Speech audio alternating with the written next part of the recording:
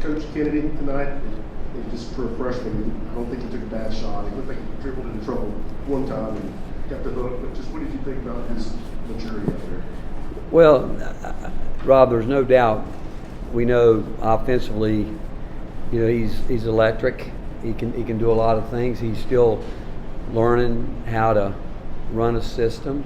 He's defensively is learning that there's a lot of guys that have the ability to go by him. And tonight defensively he was reaching, lunging. We did that as a group, and we're giving straight line drives. We came in the game wanting to defend the 3-point line. We think it's really important when we play certain teams that we do that, but we've got to be able.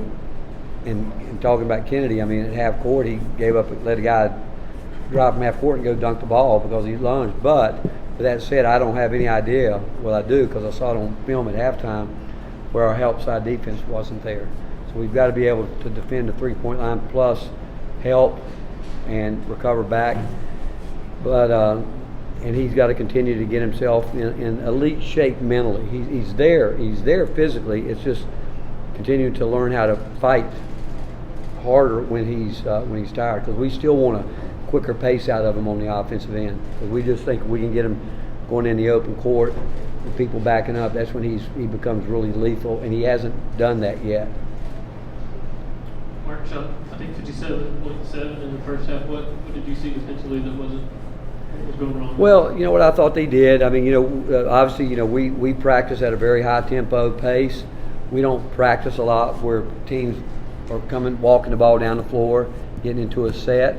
And I told the coach this game started, hey,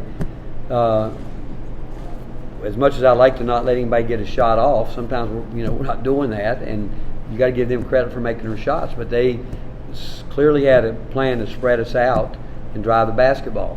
We had a plan that we wanted to defend the 3-point line, but when we say that, we still want to help each other in those gaps, and we weren't doing that. We were overzealous trying to guard the 3-point line, but the tempo they played was, we're going to see that some because we're going to run. We're going to try to get out and push tempo. We want to get in a high possession game, but we're going to play against teams that are going to try to slow us down that way by maybe taking a little bit longer time on the offensive end. And if we're playing defense the way we should be really forcing them into long possessions on the defensive end, on the offensive end, on our defensive end. But got to give them credit. I thought we knew they would be energized coming in like anybody this time of year, your first game of the year.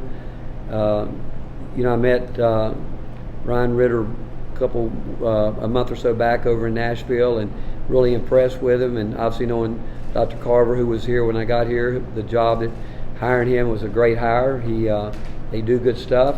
They came in with a game plan. They worked it, and like I said, they shot 43% overall for the game. But at one time, they were up in the high 60s, and you got to give them credit for that.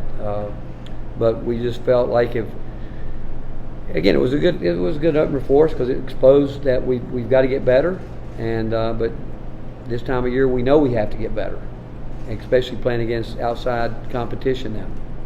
Ryan, Mike, and Ben. Euros and Olivier seemed to get in a little more of a groove in the second half. Just what seemed to change for them and just how good session front court? Well, we made a mistake on the bench. I don't know how we missed it, but we had Olivier for 3 fouls, and the book had him for 4, and again, we don't know how it happened, but it happened based on what the table said, but Olivier, the more time he gets, the more we expect him to settle in. He did a yeoman's job on the boards. He got a double-double, but it was his effort to go get it. He was going after it. He picked up his 3rd foul, I guess, the one when he went in, and I told him, I said, you went into the guy as opposed to going up. But I think the more he plays, the more he'll settle in.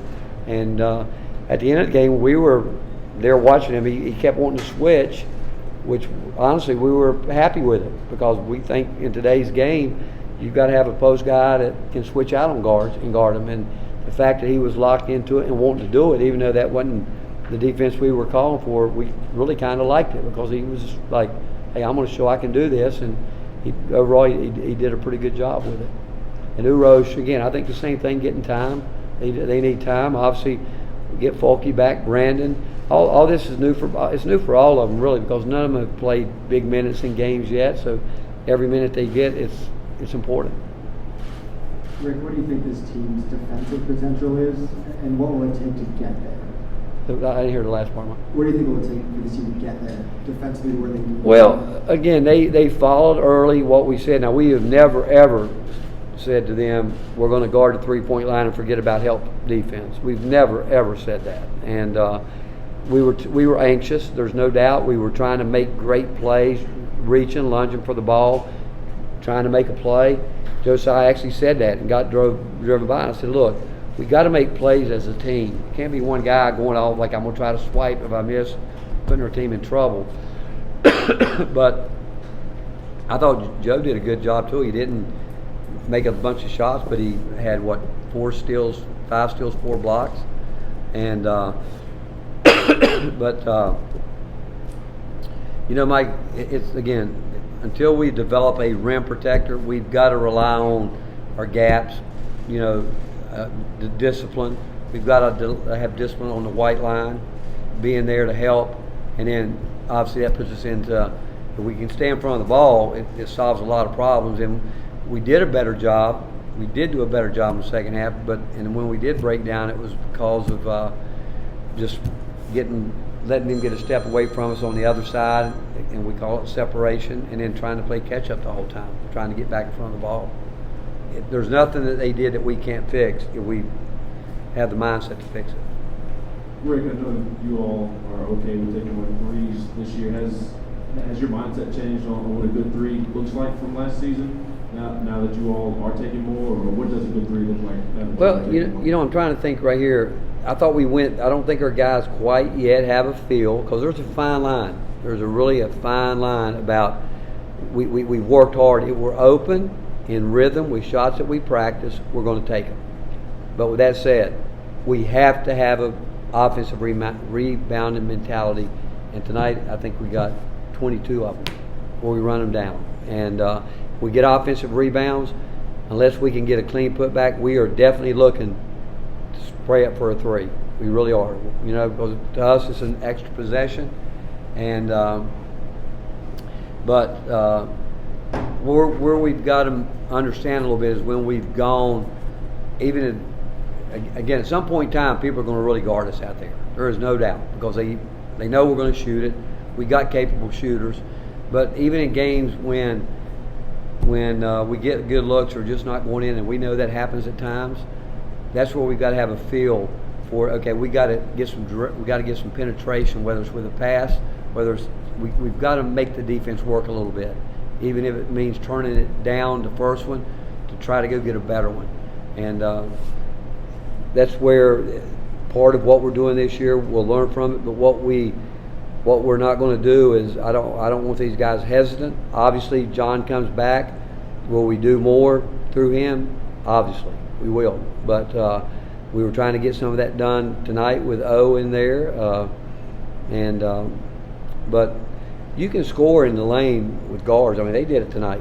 Think about it. I don't know if they really posted the ball that much, but they got to the lane and made some layups. We do have to do a little better job finishing some of those drives to the basket that we had. Finish up with Troy, then Grant. You touched on it a little bit there, about 16. I can't. You touched on it a little bit there, but 16 points in the paint in the half court. Just how important is it to be able to establish something inside for nights when the shots aren't falling? Well, it is, and again, you can establish some things inside different ways. If you got a player you want to post and go in there, you can, but we can get it with dribble penetration too. And Kennedy has done a good job. Zakai gets it there, he's going to have to make better decisions. It's all new to him. I mean, he's playing against bigger, stronger players than he has, and he's just got to make better decisions getting there. And the offensive end right now, again, we always want to get better, but we've got to do a better job, no question, what we do on the defensive end. How important is it for Folky to get some minutes Sunday, and is there a realistic timeline for Jonas to get minutes anywhere in the near future? Well, Jonas just got back right now. He's had like 3 practices, and Folke has been doing everything he can do without the contact, but he needs to get a little bit under his belt. If he can, is he coming back? Is that what they think? He's probably will play Sunday. So what he does, that means if he's going to play, that means he's going to have to do a little bit of work this week in practice, but again, he's been here long enough, and he knows, and you guys know him. He'll give us another dimension that we don't have right now. Coach, thank you. All right, thank you guys.